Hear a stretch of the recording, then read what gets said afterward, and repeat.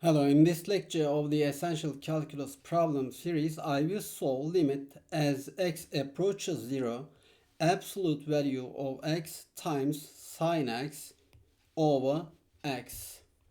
Okay, to solve this problem, let's start by checking whether direct substitution works here.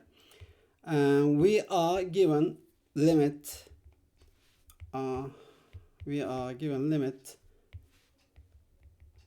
as x approaches 0, absolute value of x times sine x over x.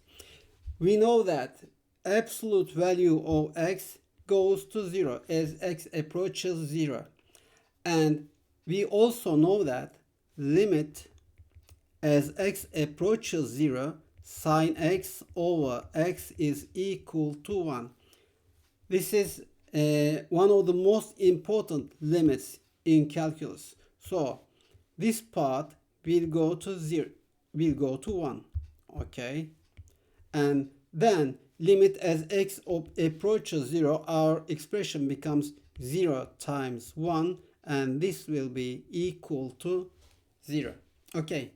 For the next video, I will solve limit as x approaches 0, x times sine 1 over x. See you in the next video.